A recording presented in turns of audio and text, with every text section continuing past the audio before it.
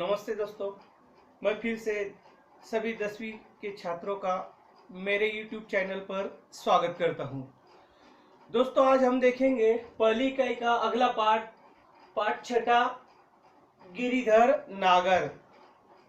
तो यह एक पद्य पाठ है दोस्तों, और इस पाठ के कवयित्री है, रचयिता है संत मीराबाई। तो आज हम दोस्तों संत मीराबाई के पद और उनका जीवन परिचय, उनके पदों का भावार्थ जानने का प्रयास करेंगे। तो दोस्तों, सबसे पहले मैं आपको मीराबाई का परिचय बताता हूं। तो दोस्तों, कृष्ण भक्त कवियों में मीराबाई का नाम सर्वोच्च स्थान पर है।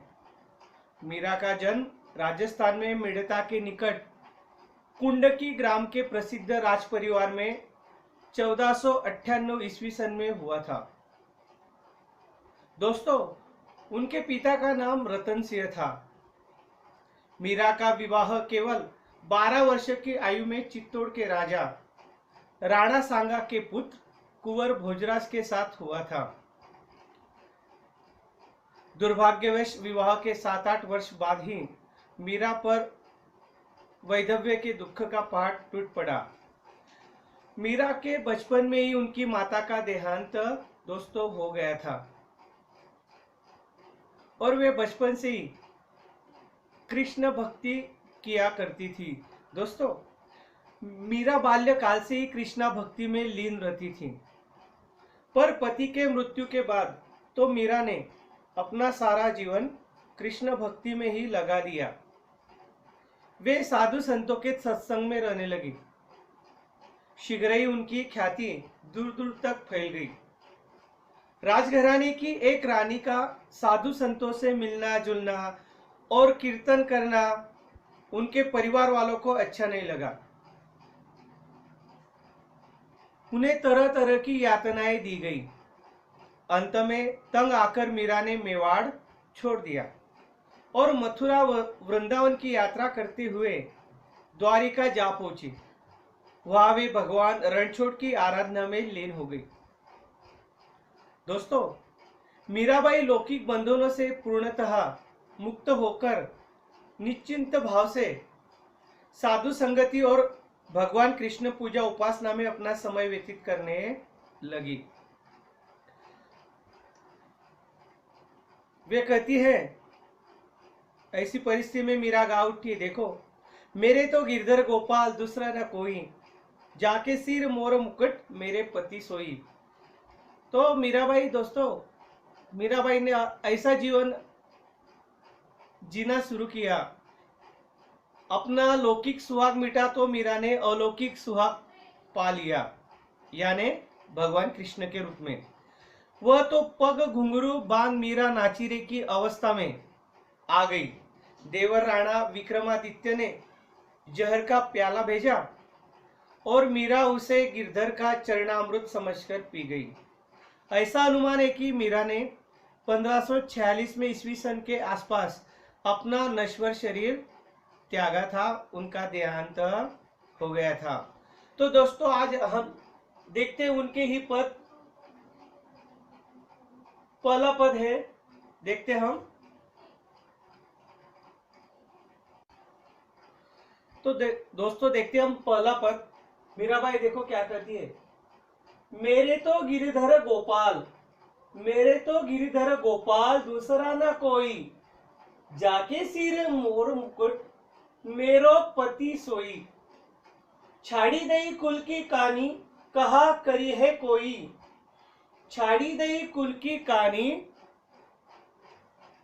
कहा करी है कोई, संतन ढीग बैठी बैठी लोक लाज खोई। संतन ढीग बैठी बैठी लोक लाज खोई, असुवन जल सींची सींची प्रेम बोली बोई। अब तो बेल फैल गई आनंद फल होई, अब तो बेल फैल गई आनंद फल होई। दूध की मथनिया बड़े प्रेम से बिलोई, दूध की मथनिया बड़े प्रेम से बिलोई। माखन जब काढ़ी लियो छाछ पिए कोई। भगत देखी राजी हुई जगत देखी रोई। देखो, भगत देखी राजी हुई जगत देखी रोई, दासी मीरा लाल गिरिधर तारो अब मोही। दोस्तों, मीराबाई हमें इन पहली दो पंक्तियों में से हमें बताना चाहती है, यह जो पद है कृष्ण भक्त मीराबाई द्वारा रचित है। मीराबाई ने श्री कृष्ण को अपना पति मानकर उनकी भक्ति की थी। इसके लिए इन्होंने किसी की भी परवाह नहीं की। अब तो फल प्राप्ति का समय आ गया है। मीराबाई कहती है, दोस्तों देखो, मेरे तो गिरिधर गोपाल अर्थात श्री कृष्ण ही मेरे सर्वस्व है। अन्य किसी से मेरा कोई संबंध नहीं है। जिस कृष्ण के सिर पर मोर मुकुट है वही मेरा पति है। मेरे तो गिरिधर गोपाल दूसरा न कोई, जाके सिर मोर मुकुट मेरो पति सोई। आगे की पंक्तियां देखते हम।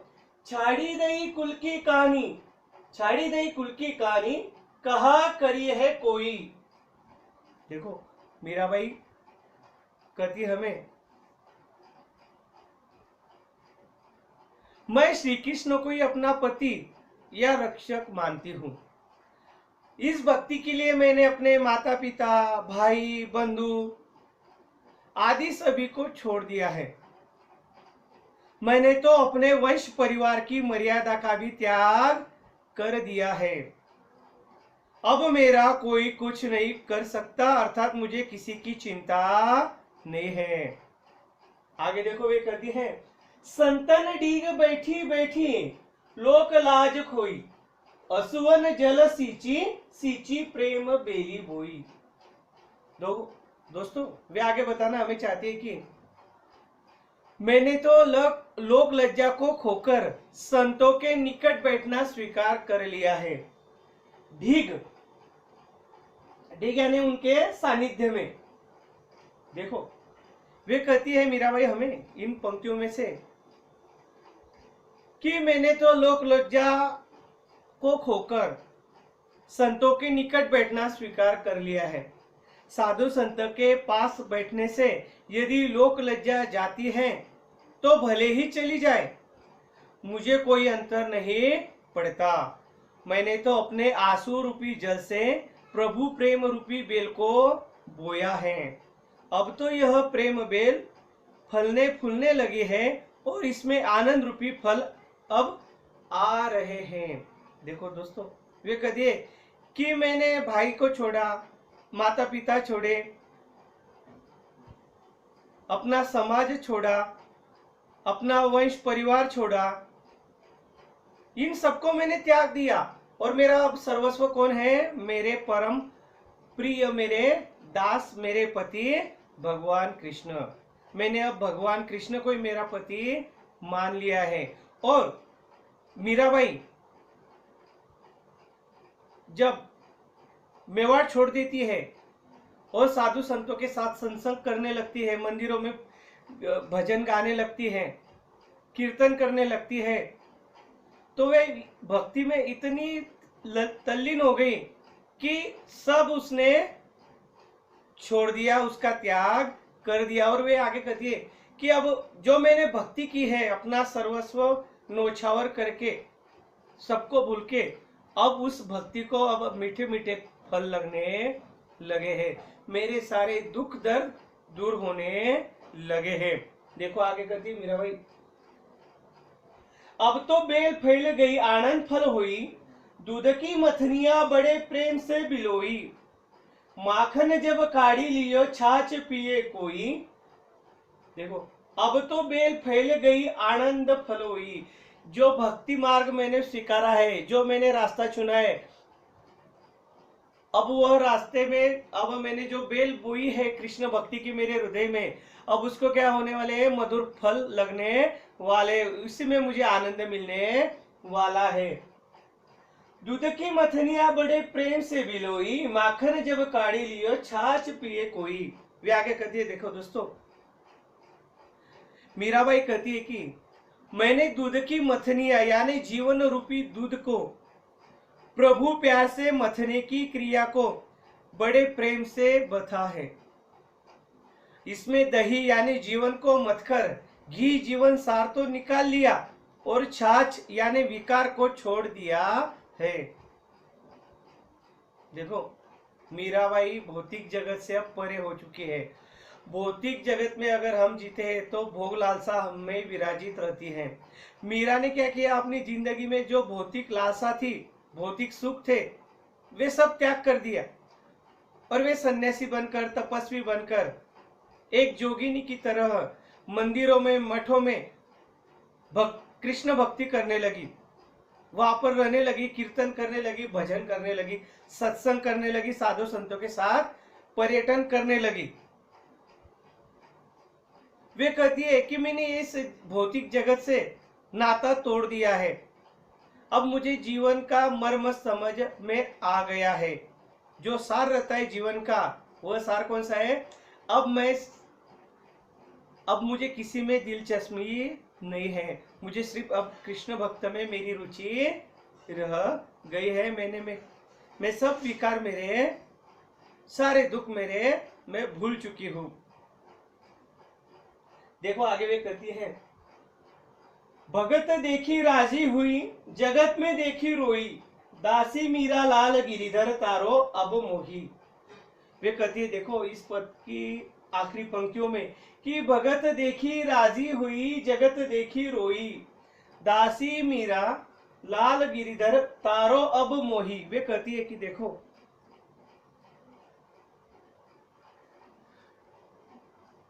दोस्तों वे कहती है इन पंक्तियों में से, मीराबाई, मैं तो भक्तों को देखकर प्रसन्न होती हूँ और संसार के रंग ढंग को देखकर रोती हूँ, अर्थात दुखी होती हूँ। मीरा अपने प्रभु से प्रार्थना करती है कि मैं तो आपकी दासी हूँ, आप मुझे इस भवसागर से अब पार उतारिए। दोस्तों, इस पद से हमें मीराबाई बताना चाहती है कि मैंने इस भौतिक जगत से नाता तोड़ दिया है। अब मैंने अपना सारा जीवन कृष्ण भक्ति में लगा दिया है। अब मेरा सर्वस्व कौन है? मेरे प्यारे, सबसे प्यारे भगवान कृष्ण। और उन्हीं की वह स्तुति करते हुए, भजन करते हुए मीरा गा उठती है, मेरे तो गिरधर गोपाल दूसरा ना कोई, जाके सिर मुकुट मेरो पति सोई। तो दोस्तों, इस पद से हमें मीराबाई की भक्ति भावना में माधुर्य भाव की कृष्णा भक्ति मालूम होती है। इस भक्ति में विनय भावना, वैष्णवी प्रपत्ति, नवदा भक्ति के सभी अंग हमें दिखाई देते हैं। कृष्णा प्रेम में मतवाली मीरा लोक लाज, कुल मर्यादा सब त्याग कर ढोल बजा बजा कर भक्ति के गीत गाने लगी है। और मीरा को कृष्ण भक्ति के गीत गाने में ही अब जीवन का सार नजर आने लगा है। देखते हम अगला पद। दोस्तों, आपको कुछ शब्दार्थ लिखने अपने नोटबुक कॉपी में। गिरिधर यानी पर्वत धारण करने वाला, पति सोई यानी पति जैसा, पति सा होना, लोकलाज समाज की मर्यादा, समाज या सम्मान, प्रेम यानी प्रेम बेली, प्यार की बेल, आनंद फल यानी खुशी के फूल, उगना यानी फूल उगना, भगत यानी साधु संत, दही मथनिया, दही बनाने से पूर्व दूध को जमाना की जो क्रिया होती है उसे कहती है दही मथनिया, तारो त्राण करना, पीड़ा मुक्त करना, और मोही यानी मुझे। तो यह शब्दार्थ अपने नोटबुक कॉपी में आपको लिखने हैं। हम देखते हैं अगला पद।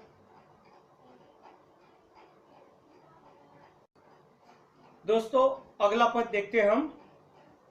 मीराबाई हमें क्या बताना चाहती है, हमें वो कृष्ण भक्ति किस प्रकार करती है। देखो, वह दूसरे पद में कहती है, हरि बिन कुण गति मेरी, हरि बिन पुण गति मेरी, तुम मेरे प्रतिपाल, कहिए मैं रावरी चली।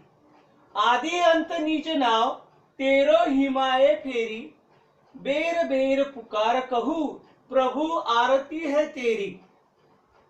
तो हरि बिन पुण गति मेरी, हरि यानी भगवान कृष्ण, गति यानी अवस्था दोस्तों या आश्रय, भगवान के चरणों के सिवा मेरा आश्रय स्थान कहीं पर नहीं है।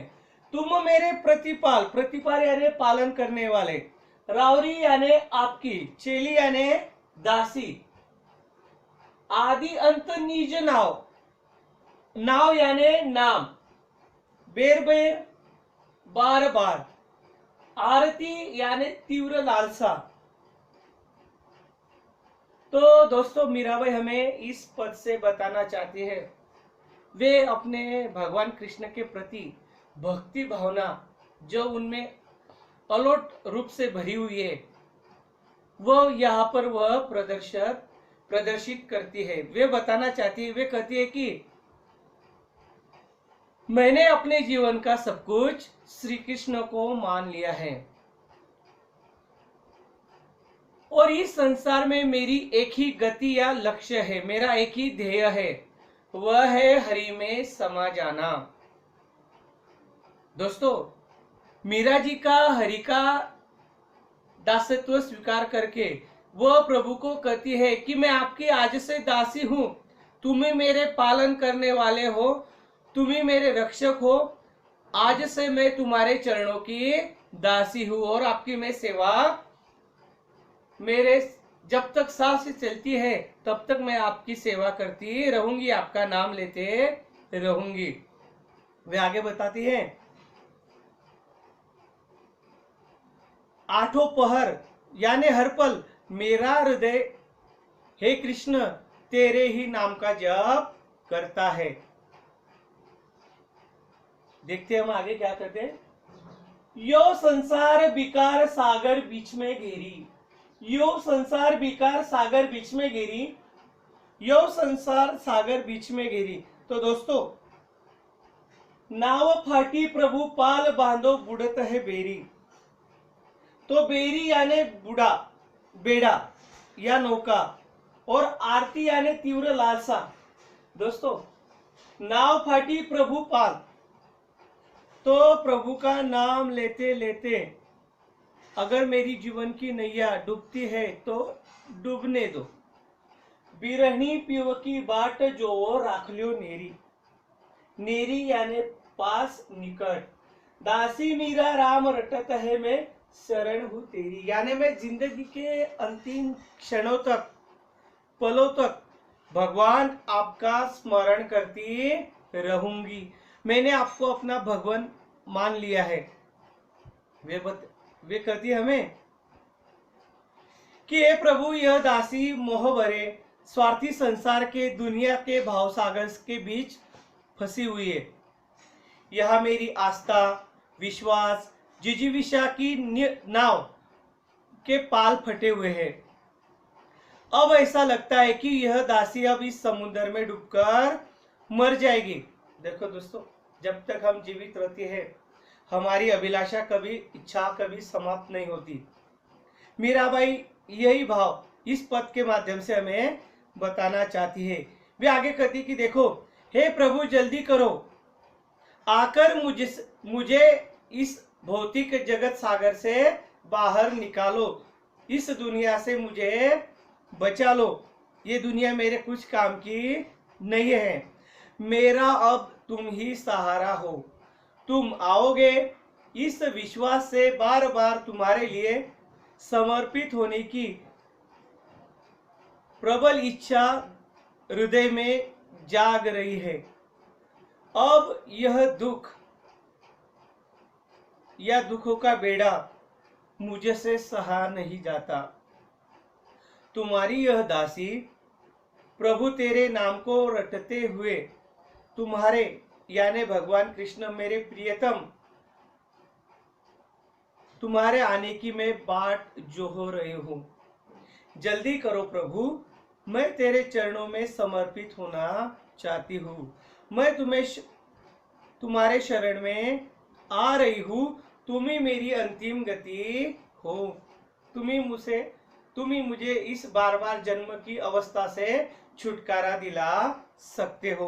तो दोस्तों, अगर इस पद का कला पक्ष हम देखें तो मीरा के इस पद में उनकी अनुभूति के सहज उच्छ्वास हमें मालूम पड़ते हैं। उन्हें अनुमान भी न था कि उनके ये उच्छ्वास, इनके ये भाव, मनोभाव पदों के रूप में काल के अक्षय भंडार के रूप में संकलित किए जाएंगे। उन्हें अलंकारों के आवरण में भावों को छिपाने की कोई आवश्यकता नहीं थी। उनका भाव पक्ष इतना सबल है कि कला पक्ष का अभाव उसके नैसर्गिक सौंदर्य को साकार कर देता है। जैसे हमारे बहिणाबाई के गीत। मीरा का काव्य तीव्र भावानुभूति का काव्य है। उसमें भाषा के सजाने संवारने की आवश्यकता ही नहीं रहती। व्याकरण बाद में आता है, पहले क्या आता है, काव्य आता है।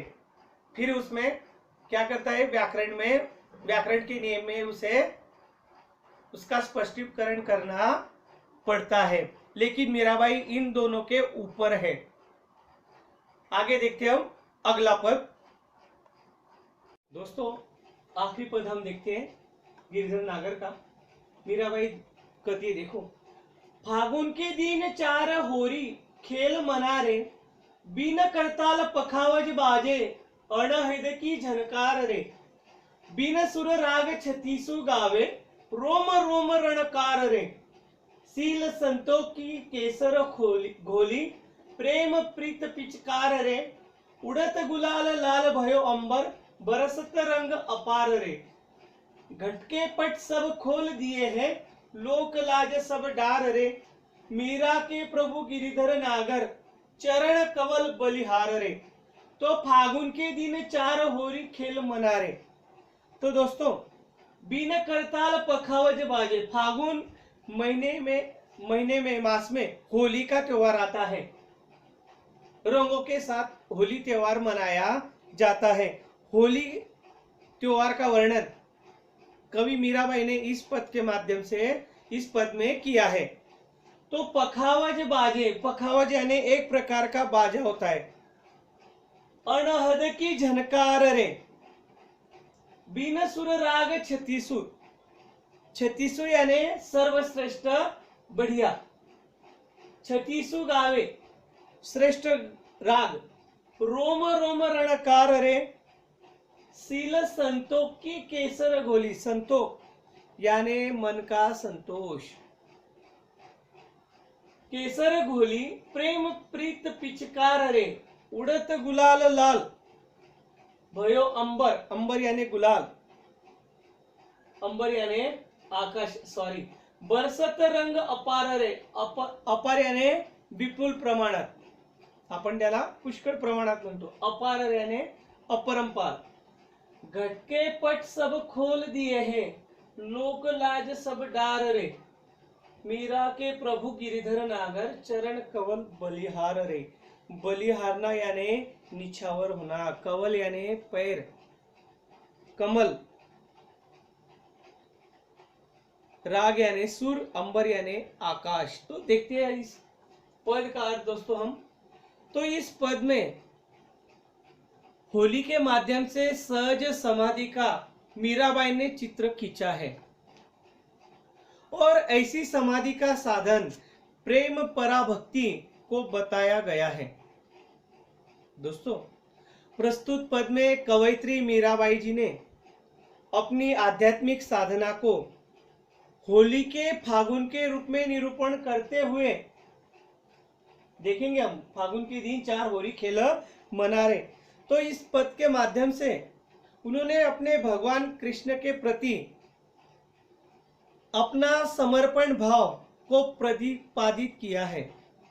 कवयित्री मीराबाई अपनी आध्यात्मिक समाधि की अवस्था का वर्णन फाल्गुन मास में होली खेलने का समय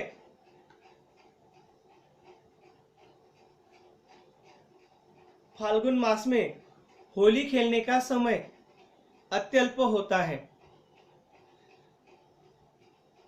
अतः हे मन, वे कहती हैं कि तू मन भर के आज होली खेल ले।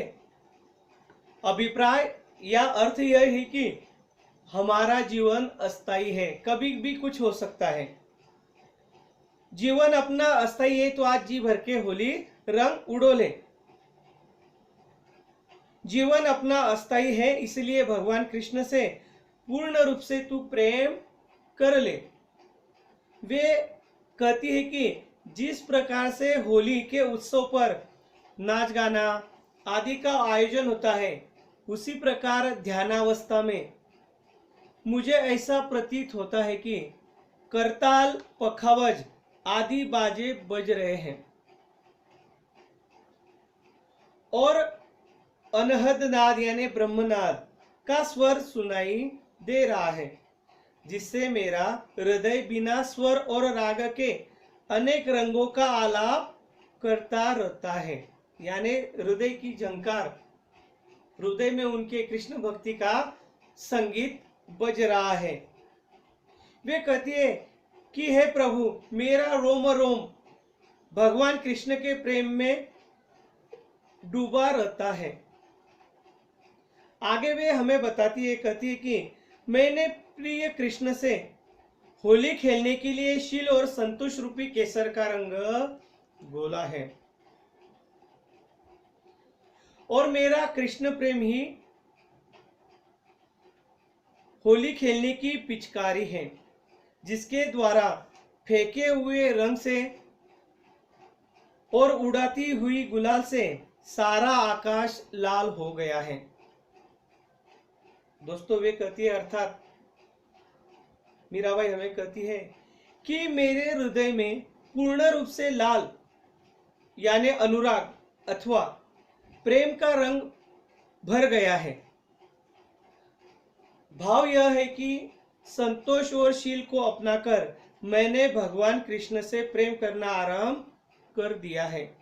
मैंने सब लोकलाज छोड़ दी है। भाई बहन, माँ पिता सबको मैंने त्याग दिया है और मैं किस में लीन हो गई हूँ? भगवान तेरे भक्ति में। है कृष्ण,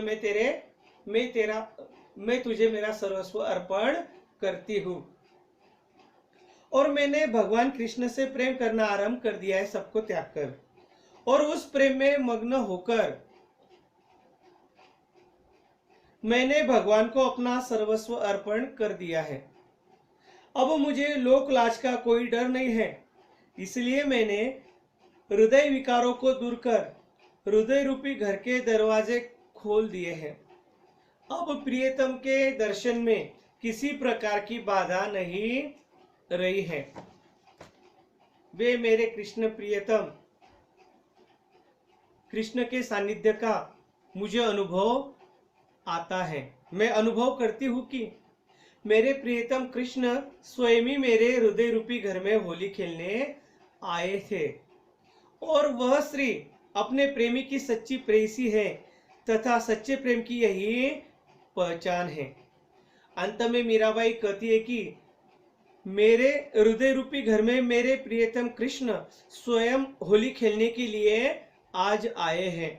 होली के दिन वे आगे कहती हैं कि मेरे स्वामी गोवर्धन पर्वत को धारण करने वाले कृष्ण भगवान हैं। मैंने उनके प्रेम में उनके चरण कमलों में अपना सर्वस्व नौछावर अर्पण कर दिया है। इस प्रकार कृष्ण के प्रति मीराबाई का समर्पण भाव इस पद के माध्यम से हमें मालूम पड़ता है। दोस्तों, ये जो हमने 3 पदों का अभ्यास किया तो हमें मालूम होता है कि मीराबाई के पदों की भाषा सरल है। उनकी भाषा में राजस्थानी मिश्रित ब्रज भाषा का प्रयोग मिलता है। कहीं कहीं गुजराती के शब्द भी आ गए हैं।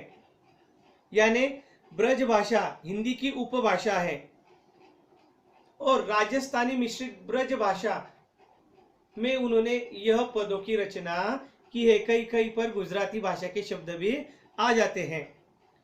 दोस्तों, मीराबाई के काव्य में कई जगह अपने आप उपमा, रूपक, अतिशयोक्ति, विरोधाभास आदि अलंकार आ गए हैं। मीराबाई के पद गीति काव्य का चरम उत्कर्ष है। ये पद संगीत तज्ञों के आज भी कंठहार बने हुए हैं। दोस्तों, गीति काव्य में मीराबाई आज भी अप्रतिम है। उनका स्थान सबसे ऊपर है।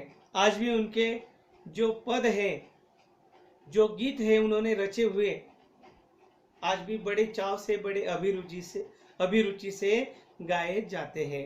इस प्रकार हमारा छठा पाठ गिरिधर गोपाल मीराबाई रचित पदों का अभ्यास और उसका भावार्थ जानने की हमने कोशिश की। तो दोस्तों, कुछ स्वाध्याय मैं आपको देना चाहूंगा इस कविता का। अंतिम पन्नों पर हम देखते हैं। पन्ना नंबर है 25। स्वाध्याय देखो दोस्तों। सूचनानुसार कृतियां कीजिए, संजाल पूर्ण कीजिए। पहला उपप्रश्न है, दूसरा है प्रवाह तालिका पूर्ण कीजिए, और तीसरा है इस अर्थ में आए शब्द लिखिए, और कन्हैया के नाम और दूसरे पद का सरल अर्थ। तो दोस्तों, प्रश्न पहला संजाल पूर्ण कीजिए, दूसरा प्रवाह तालिका पूर्ण कीजिए, इस अर्थ में आए शब्द लिखिए, कन्हैया के नाम और दूसरे पद का सरल अर्थ भावार्थ। यह स्वाध्याय गृह कार्य आपको अपने नोटबुक कॉपी में लिखना है, यह सारा। तो इसी के साथ आज हमारा छठा पाठ समाप्त होता है। धन्यवाद।